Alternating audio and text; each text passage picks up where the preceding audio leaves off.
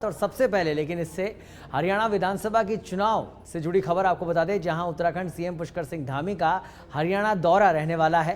कालनौर में बीजेपी प्रत्याशी के समर्थन में सभा, भाजपा प्रत्याशी रेणु डाबला के पक्ष में जनसभा। कालानौर हरियाणा की तस्वीर, जहां पर उत्तराखंड सीएम पुष्कर सिंह धामी सभा के अंदर मौजूद है। भाजपा प्रत्याशी के समर्थन में इस सभा का आयोजन किया गया।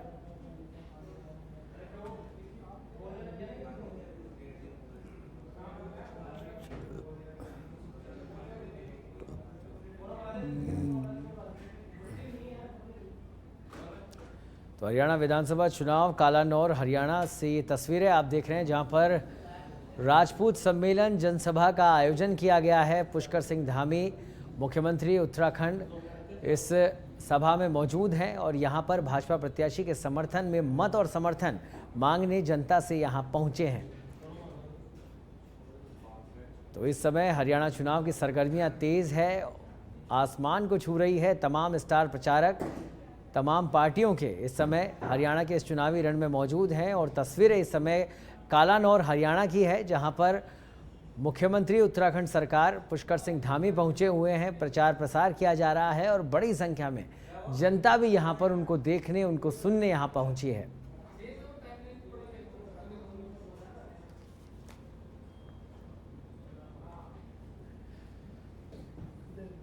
तो कालानौर में बीजेपी प्रत्याशी के समर्थन में इस सभा का आयोजन किया गया, जहां पर तमाम बीजेपी प्रत्याशी के समर्थक, कार्यकर्ता, आम जनता सभी लोग मौजूद हैं और मौजूद हैं यहां पर बीजेपी के स्टार प्रचारक उत्तराखंड के मुख्यमंत्री पुष्कर सिंह धामी, जो कि इस समय कालानौर में पहुंचे हुए हैं, जनसभा में पहुंचे हुए हैं। कुछ देर बाद संबोधित भी करेंगे। और इस खबर पर अधिक जानकारी के लिए हमारे साथ जुड़ गए हमारे संवाददाता योगेश। आज उत्तराखंड के सीएम पुष्कर सिंह धामी हरियाणा दौरे पर है, कालानौर में इस समय मौजूद हैं। फिलहाल किस तरह का प्रचार प्रसार वहां पर चल रहा है, क्या कुछ तस्वीरें? बिल्कुल, आपको बताना चाहेंगे कि मुख्यमंत्री पुष्कर सिंह धामी पिछले 3 दिनों से हरियाणा में है, क्योंकि स्टार प्रचारक के रूप में उनको वहां पे बुलाया गया है और लगातार वो जनसभाओं को संबोधित कर रहे हैं, रैलियों में भाग ले रहे हैं। और जिस तरह से भाजपा की जो स्टार प्रचारकों की लिस्ट है, उसमें मुख्यमंत्री पुष्कर सिंह धामी को भी तवज्जो दी गई है। उनकी भी डिमांड बहुत ज्यादा है कि वो रैलियां करें, वो अलग अलग जगहों में जो संबोधित है लोगों को करे और वोट मांगे। तो इसलिए वो अलग अलग प्रत्याशियों के लिए हरियाणा के जो चुनाव है वहां पर वोट मांग रहे हैं और भाजपा के लिए वोट मांग रहे हैं। आप जिस तरह से हम भी लगातार दिखा रहे हैं कि मुख्यमंत्री की रैलियां हो रही है, रैलियों में भीड़ जो है वो इकट्ठा हो रही है, लोग सुनना चाहते हैं मुख्यमंत्री को। और कुछ फैसले ऐसे लिए मुख्यमंत्री ने जो पूरे देश को जो है एक साथ वो फैसले देश तक पहुंच रहे हैं। फिर चाहे यूसीसी की बात करें या फिर अन्य चीजों पर, भले ही हम बुलडोजर की बात करते हैं वो उत्तर प्रदेश में चलाओ, लेकिन उत्तराखंड के मुख्यमंत्री भी ऐसी चीजें जरूर की है उन्होंने कि जिससे कि देश भर में एक अलग छवि उनकी बनी है। और ऐसे में मुख्यमंत्री का दौरा, वो भी हरियाणा का, तो बहुत ज्यादा जरूरी था। भाजपा ने इसीलिए उनका दौरा भी लगाया।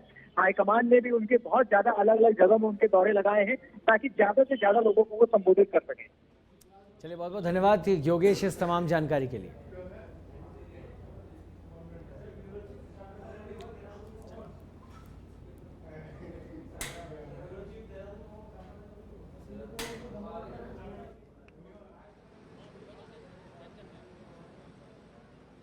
भारत माता की, भारत माता की, सिद्धेश्वर महाराज की, गोगा जी महाराज की।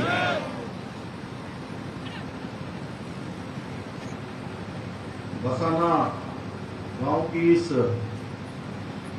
सभा में मंच पर आसीन अभी आपने जिनको सुना, भारत सरकार में मंत्री रहे, मुजफ्फरनगर क्षेत्र से लगातार सांसद रहे, हमारे बहुत वरिष्ठ नेता और मेरे बड़े ही मित्र, सुख दुख के साथी हमारे आदरणीय संजीव बालियान जी, भारतीय जनता पार्टी के जिलाध्यक्ष श्री रणधीर सिंह ढाका जी, मेरे साथ उत्तराखंड से चलकर आप सबके बीच में श्री विनय रोहिला जी, श्री गुलशन दुआ जी, विधानसभा के संयोजक और हमारे पुराने साथी आदरणीय श्री राजेंद्र सिंह रावत जी, ठाकुर राज सिंह जी, मुकेश परमार जी, सीताराम राठी जी, ठाकुर विक्रम सिंह जी, बजरंग पवार जी, सरपंच जितेंद्र जी, अजय बंसल जी, सरिता नारायण जी, सुरेंद्र मास्टर जी, डॉक्टर बीके भट्ट जी, सरजीत सिंह जी, पंकज सरपंच जी, ओंकार जी एवं मंच पर आसीन हमारे सभी नेतागण, सभी पदाधिकारीगण और इस कार्यक्रम में पधारे हमारे सभी बड़े बुजुर्ग, सभी मेरे नौजवान साथियों, उपस्थित हमारी माताएं, बहनें, पत्रकार मित्रों एवं छायाकार बंधुओं, मैं आप सभी को अपनी ओर से प्रणाम करता हूं, आप सबको नमन करता हूं, आप सबका अभिनंदन करता हूं। उत्तराखंड के मुख्य सेवक के रूप में आप सबका अपनी ओर से स्वागत करता हूं कि आप सब इतनी बड़ी संख्या में यहाँ आए हैं।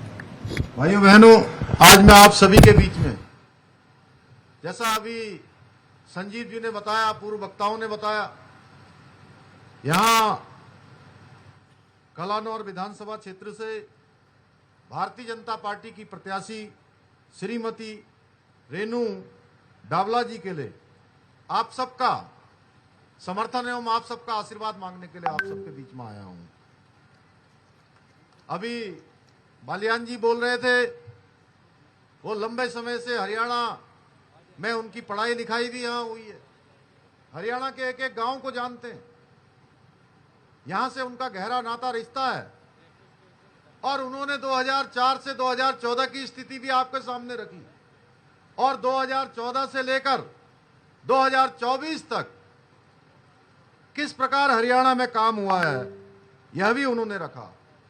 10 वर्षों के अंदर हमारे प्रधानमंत्री मोदी जी के मार्गदर्शन में हरियाणा के अंदर चलने वाली डबल इंजन की सरकार ने अनेक काम हरियाणा को आगे बढ़ाने के लिए किए, हरियाणा के चहुमुखी विकास के लिए किए। पिछले 10 वर्षों की अगर मैं बात करूं तो इन 10 वर्षों में इंफ्रास्ट्रक्चर मजबूत हुआ है, अनेक योजनाओं के जरिए गरीब किसान और मजदूर वर्ग को आगे बढ़ाने का काम हरियाणा की सरकार ने किया है। अगर हम सड़कों की बात करें तो 2014 से पहले जब लोग पूछते हैं कि 10 सालों में हरियाणा किस प्रकार से विकास की ओर आगे बढ़ा, तो भाइयों बहनों तो याद आता है कि हरियाणा के अंदर सड़क का क्षेत्र हो, रेल का क्षेत्र हो, हवाई अड्डे हो, अस्पताल हो, मेडिकल कॉलेज हो या फिर पेयजल की जो बड़ी समस्या होती थी, उन पेयजल की बड़ी समस्याओं में भी अभूतपूर्व रूप से हरियाणा के अंदर काम हुआ है।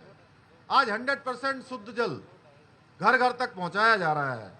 आपके क्षेत्र में भी करोड़ों करोड़ों की योजनाएं, सड़कों के क्षेत्र में बड़ी सड़क योजनाओं का निर्माण हुआ है और हरियाणा की डबल इंजन की सरकार, भारतीय जनता पार्टी की सरकार ने 24 लाख गरीब परिवारों को मुफ्त गैस के कनेक्शन देने के साथ ही प्रदेश के 50 लाख परिवारों को 500 रुपए में गैस का सिलेंडर देने का काम किया है। इस काम को आगे बढ़ा रहे हैं। प्रदेश के लगभग 1.5 लाख युवाओं को, युवा नौजवानों को, गरीब माता पिता के बेटे और बेटियों को रोजगार देने का काम हुआ है और वो रोजगार पर्ची और खर्ची सिस्टम को दरकिनार करते हुए दिया गया है। 5 लाख से ज्यादा विद्यार्थियों को निःशुल्क टैबलेट वितरित करने का भी अभूतपूर्व काम किया है। भारतीय जनता की सरकार ने किसानों के हित में अनेक काम किए हैं। हमेशा से किसान हित हमेशा से भाजपा की कार्यप्रणाली में रहा है, कार्य संस्कृति में रहा है। इसीलिए हरियाणा की सरकार ने किसानों का करोड़ों का कर्ज माफ करने के साथ ही जो प्राकृतिक रूप से आपदाओं के समय में फसलों का नुकसान होता था, उन नुकसान पर भी 12,500 करोड़ रुपए का मुआवजा देने का काम किया है। यह छोटी राशि नहीं है, बड़ी राशि है जो किसानों के हित में हरियाणा की सरकार ने स्वीकृत किया है। इसके साथ ही आज चुनाव का समय आ गया है। आपके बीच में भी तमाम नेतागण आ रहे होंगे, कांग्रेस के नेता भी आ रहे हैं, सभाओं में भी बोल रहे हैं और बड़ी बड़ी बातें कर रहे हैं एमएसपी को लेकर। हमारे संजीव बालियान जी जिस क्षेत्र का प्रतिनिधित्व करते हैं, मुजफ्फरनगर क्षेत्र, वो क्षेत्र किसान बाहुल्य क्षेत्र है। हम जानते हैं हरियाणा पूरा किसानों का क्षेत्र है। हरियाणा के किसानों के द्वारा उगाई हुई फसलें आज देश दुनिया के अंदर अपना नाम कर रही हैं। और आज ये एमएसपी को लेकर कांग्रेस के लोग बड़ी बड़ी बातें कर रहे हैं, लेकिन इन्होंने अपने समय में किसानों के लिए कोई काम नहीं किया। ये हमारे हरियाणा की डबल इंजन सरकार है जिसने हरियाणा में 24 फसलों पर एमएसपी लागू करने का अभूतपूर्व कार्य किया है और ये कार्य आगे भी बढ़ता रहेगा। इसके साथ ही देश के अंदर प्रधानमंत्री जी ने अनेक ऐतिहासिक निर्णय लिए हैं और अनेक ऐसी गरीब कल्याण की योजनाएं जिनके बारे में कभी देश की आज़ादी के बाद सोचा नहीं गया कि ये योजनाएं भी देश के गरीब लोगों के लिए, देश के किसानों के लिए, देश के अंतिम छोर में रहने वाले लोगों के लिए ये योजनाएं लागू होनी चाहिए। चाहे वो जनधन योजना हो या प्रधानमंत्री आवास योजना हो, गरीब कल्याण अन्न योजना हो, आयुष्मान भारत योजना हो, किसान सम्मान निधि योजना हो, लखपति दीदी हो, ऐसे अनेक योजनाएं आज देश को दी हैं। भाइयों बहनों, ये भाजपा की सरकार है जो हरियाणा की 36 बिरादरियों को साथ में लेकर चलती है। ये भाजपा की सरकार है जो ईमानदारी के साथ जन जन के कल्याण के लिए दिन रात काम करती है। भाइयों बहनों, कोई भेदभाव किसी जाति में नहीं करती है। वहीं दूसरी तरफ आज जो चुनाव के इस मैदान में खड़े हैं वो कौन सी पार्टियां हैं? आप एक बार अगर उनके बारे में ठीक से अपने मन में विचार करेंगे तो आपका सारा जो कोई भी अगर मन में संदेह होगा तो संदेह दूर हो जाएगा। दूसरी तरफ है कांग्रेस जैसी पार्टी जिसने हमेशा ही भ्रष्टाचार बढ़ाने का काम किया है, जातिवाद और परिवारवाद को बढ़ाने का काम किया है। 10 वर्ष पहले जब हरियाणा के अंदर यही कांग्रेस की सरकार थी तो यहाँ खबर देहरादून से है, जहां पर कांग्रेस की मुख्य प्रदेश प्रवक्ता गरिमा दसौनी ने उत्तराखंड में रोजगार को लेकर सवाल खड़े किए हैं। उन्होंने कहा कि मैं इसके लिए अधिकारियों की चूक मानती हूं क्योंकि अधिकारी मुख्यमंत्री को सही जानकारी नहीं दे रहे हैं। साथ ही उन्होंने कहा कि जब कांग्रेस की सरकार थी तो उस समय बड़ी संख्या में न सिर्फ रोजगार दिया गया था बल्कि कई MOU भी साइन हुए थे। मैं इसमें कहीं ना कहीं चूक अधिकारियों की मानूंगी, क्योंकि अधिकारियों की जिम्मेदारी होती है कि वो मुख्यमंत्री जी को सही ब्रीफिंग करें। ब्यौरा उनको सही तरह से नहीं दिया गया है। पंडित नरेंद्र तिवारी जी के समय पर ना सिर्फ 40,000 करोड़ के MOU साइन हुए थे बल्कि वो सब धरातल पर भी उतरे। सेलाकुई से लेकर हरिद्वार और हरिद्वार से लेकर उधम सिंह नगर तक सिटकुल पिटकुल की स्थापना से यहाँ के प्रदेश के युवाओं के लिए रोजगार के नए आयाम स्थापित हुए थे। पर उस तरह का मंजर हमने इतने करोड़ों खर्च करने के बाद भी ना त्रिवेंद्र सरकार के इन्वेस्टर समिट से होती। खबर देहरादून से है, जहां पर CM धामी ने भू कानून की दिशा में लिए गए निर्णय के बाद प्रदेश में अवैध रूप से जमीनों की खरीद फरोख्त करने वालों के खिलाफ सरकार ने कार्रवाई तेज कर दी है। प्रदेश के वन मंत्री सुबोध उनियाल ने भू कानून को लेकर स्थिति स्पष्ट करते हुए कहा कि मुख्यमंत्री पुष्कर सिंह धामी के नेतृत्व में प्रदेश सरकार भू कानून को लेकर गंभीर है। जिन लोगों ने भी यहाँ भूमि खरीदी और उसका उपयोग उस प्रयोजन के लिए नहीं कर रहे हैं उसके विरुद्ध कार्रवाई करते हुए भूमि को राज्य सरकार में निहित किया जाएगा। देखिए, मैंने कहा ना, मैं इसमें फिर मेरा मानना है, सरकार का मानना है कि केवल कानून बनाने से इस तरह की बुराइयों को नहीं दूर किया जा सकता। इसके लिए जन जागरण जरूरी है। और देखिए, कई जगह तो क्या होता है कि लोग जो सेंसिटिव मुद्दे होते हैं उनका राजनीतिकरण कर देते हैं, जैसे कांग्रेस ने राजनीतिकरण किया। 10 वर्ष कांग्रेस भी सत्ता में रही है और कांग्रेस जिस तरह आज बात कर रही है तो उनको पर्याप्त अवसर मिला था। 10 वर्षों तक सत्ता में रहकर कड़ा से कड़ा कानून ला सकते थे।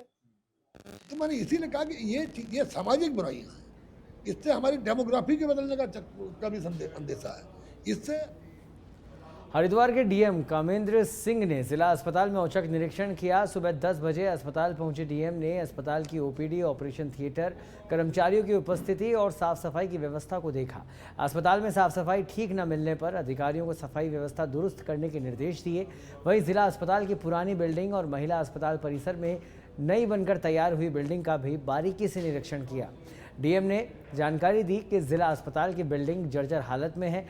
जल्द ही इस बिल्डिंग को निप्रयोज्य घोषित कर नई बिल्डिंग का निर्माण होना है। इसके लिए अस्पताल को 200 बेड वाली नई बिल्डिंग में शिफ्ट किया जाएगा। देहरादून में पुलिस मुख्यालय में सेमिनार आयोजित किया गया। सेमिनार में डिजिटल युग में महिलाओं की सुरक्षा और साइबर क्राइम पर जागरूकता बढ़ाने पर चर्चा हुई।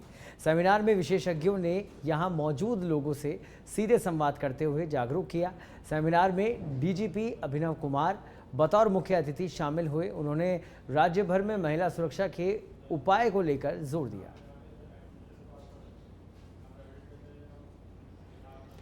खबर देहरादून से है, जहां पर प्रदेश का पर्यटन विभाग युवाओं के लिए एक बड़ी स्कीम लेकर आया है।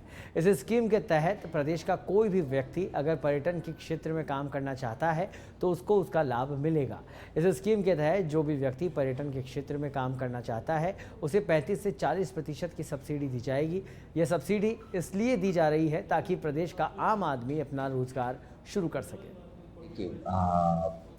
हमारे राज्य में पर्यटन को बढ़ावा देने के दृष्टिकोण से, यहाँ पे एकोमोडेशन कैपेसिटी को भी बढ़ाने के दृष्टिकोण से और अलग अलग टूरिज्म प्रोडक्ट डेवलप करने के उद्देश्य से एक स्कीम लाई है। जो स्कीम केवल उत्तराखंड के रेसिडेंट्स के लिए वो अप्लाई कर सकेंगे, तो उन्हीं को इसका लाभ मिलेगा। इसके अंतर्गत 1 करोड़ से लेके 5 करोड़ रुपए तक का जो भी अपना कैपिटल इन्वेस्टमेंट इस सेक्टर में कोई करना चाहता है, जो यहीं का रहवासी हो, उस व्यक्ति को ऑलमोस्ट 35% से 40% तक। खबर उत्तराखंड के टिहरी से है, जहां पर जौनपुर ब्लॉक से दुखद खबर सामने आ रही है। जहां के ग्राम सभा तुनेटा में ततैया के काटने से पिता और पुत्र की मौत हो गई। दोनों गाय चराने जंगल की ओर जा रहे थे और तभी कीड़ों के हमले से दोनों घायल हो गए, जिस पर उन्हें ग्रामीणों की मदद से चिकित्सालय लाया गया, जहां पर इलाज के दौरान दोनों की मौत हो गई। पुलिस मामले की जांच कर रही है। वहीं परिजनों ने सरकार से मुआवजे की मांग की है। सुंदरलाल और उसका बेटा अभिषेक अपने डंगरों को लेकर जंगल जा रहे थे। गांव के नज़दीक की बात उनके बल्कि वहाँ पुरानी खेती भी है। ततैया एक मधुमक्खी होता है, बहुत बड़ा होता है, बहुत ही जहरीला होता है। तो अचानक उन्होंने उन पर हमला कर दिया। ना जाने वो गाय ने उनको छेड़ा या कोई पत्थर लग गया, जैसा भी कुछ हुआ। इस मामले तो हम इतना नहीं बता सकते कि क्या हुआ, लेकिन उन्होंने इतना हमला करा उन पर कि उनको बहुत ज़्यादा काट दिया।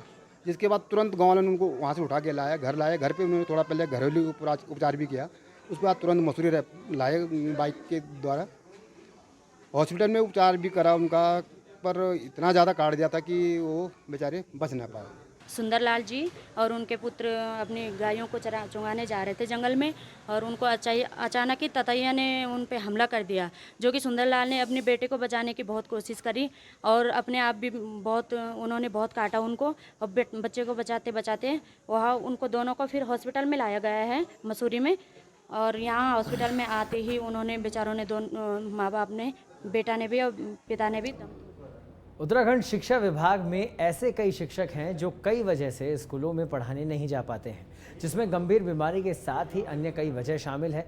वहीं इस कारण से शिक्षकों को पूरा मानदेय तो मिल ही रहा है, लेकिन स्कूलों को शिक्षक नहीं मिल रहे हैं और स्कूली बच्चों को इसका काफ़ी नुकसान हो रहा है। वहीं शिक्षा विभाग ने एक बड़ा फैसला लिया है। इस फैसले के तहत ऐसे शिक्षकों को अब सेवानिवृत्ति दी जाएगी।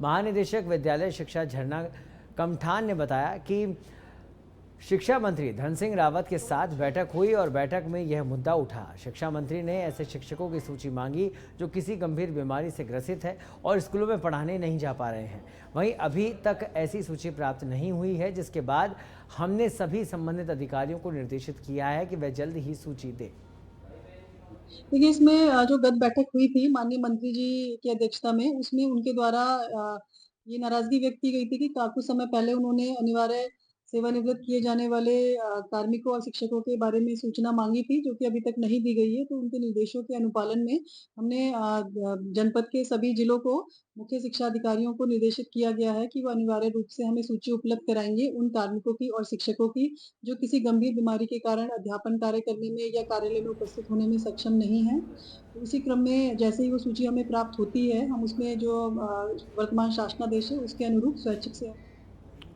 प्रधानमंत्री नरेंद्र मोदी की स्वच्छता के लिए 1 घंटे के श्रमदान की अपील को लेकर देशव्यापी स्वच्छता अभियान चलाया गया, जिसमें विकासनगर के गांव धूलकोट में ग्राम प्रधान के साथ ग्रामवासियों व झाझर वन रेंज के अधिकारियों ने इस अभियान में सहयोग दिया। आपको बता दें कि मन की बात कार्यक्रम में प्रधानमंत्री मोदी ने 1 अक्टूबर को सभी नागरिकों से सामूहिक रूप से स्वच्छता के लिए 1 घंटे का श्रमदान करने की अपील की थी और कहा था कि यह पूर्व संध्या पर महात्मा गांधी को स्वच्छांजलि होगी। हमारे पूज्य महात्मा गांधी जी ने इसमें हमें स्वच्छता का संदेश दिया था, शिक्षा प्रदान की थी। उसी विषय को लेकर आज एक कदम स्वच्छता की ओर बढ़ाते हुए ग्राम पंचायत धूलकोट में वन विभाग वालों के साथ आज